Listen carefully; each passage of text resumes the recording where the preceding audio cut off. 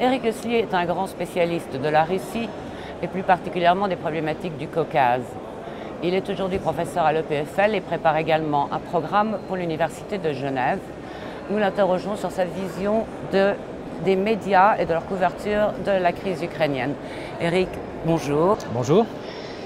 Vous vous dites choqué de la partialité avec laquelle certains médias ont couvert la crise ukrainienne. Pouvez-vous nous expliquer de quoi il s'agit? Oui, je pense que le mot plus exact est effrayé parce que pour suivre un peu la couverture de cette crise grave, une crise très grave pour notre continent, d'un côté et de l'autre, je constate que aussi bien du côté russe que maintenant du côté occidental et du côté européen, la presse a quelque part pris un parti. Nous sommes dans une vision, on va dire, militante de la situation.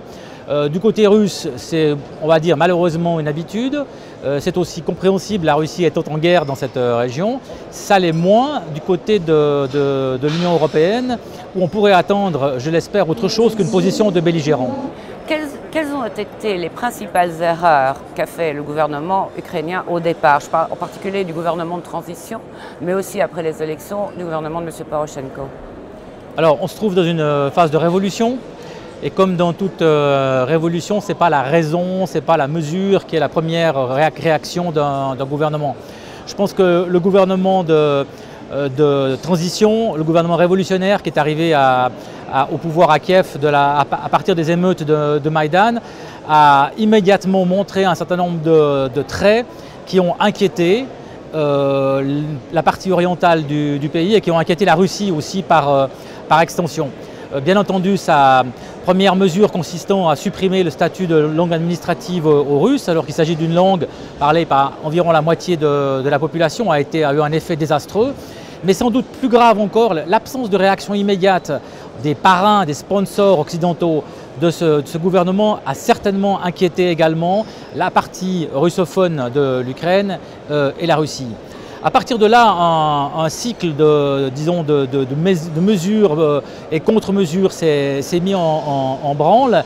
Et je pense qu'il est difficile de comprendre l'évolution de cette crise sans saisir à la fois, disons, la peur panique et l'extrême appréhension de la part de la Russie de voir apparaître à sa frontière un État membre d'une alliance militaire hostile, ce que les Russes ont toujours refusé, et de l'autre côté cette dynamique révolutionnaire qui n'est pas seulement une dynamique d'accession à l'Europe, à ses valeurs, etc., ce qu'on peut non seulement comprendre mais saluer, qui est extrêmement légitime de la part de la partie urbaine de la population ukrainienne, mais aussi une incompréhension de sa part et une revanche, on va dire, historique et sociale sur l'Est russophone. On a là plusieurs crises qui s'entremêlent, une partie interne et une partie externe, faisant finalement de l'ensemble de la crise ukrainienne vraiment un détonateur. Comment expliquez-vous les positions tout de même assez extrêmes, avec les sanctions qui maintenant se répètent, de l'Union européenne? Moi, je pense que l'Union européenne est victime elle-même de la crise qu'elle traverse. Nous ne sommes pas là dans une phase historique où l'Union européenne a réfléchi de manière extraordinairement solide à ses rapports avec Moscou, qu'est-ce qu'elle aurait dû faire depuis longtemps et qui aurait empêché finalement un État tiers pris à cheval entre Russie et Europe d'être victime de cette très grosse mésentente. L'Union européenne là a finalement agi un peu comme un succédané d'OTAN.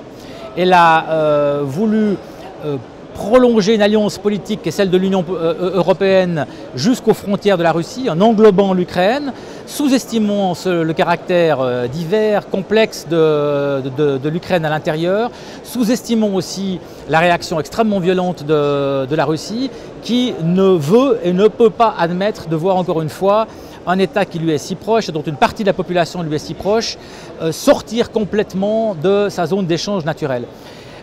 Malheureusement, nous sommes revenus aujourd'hui à la situation du mois de novembre.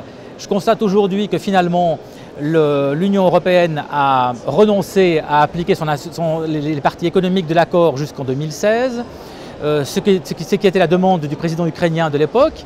Nous avons une situation désastreuse à l'intérieur avec une partie de l'Est qui est en semi-sécession, des villes détruites, une Crimée annexée, surtout une méfiance et probablement une haine installée dans les différentes parties du pays, un climat de méfiance internationale.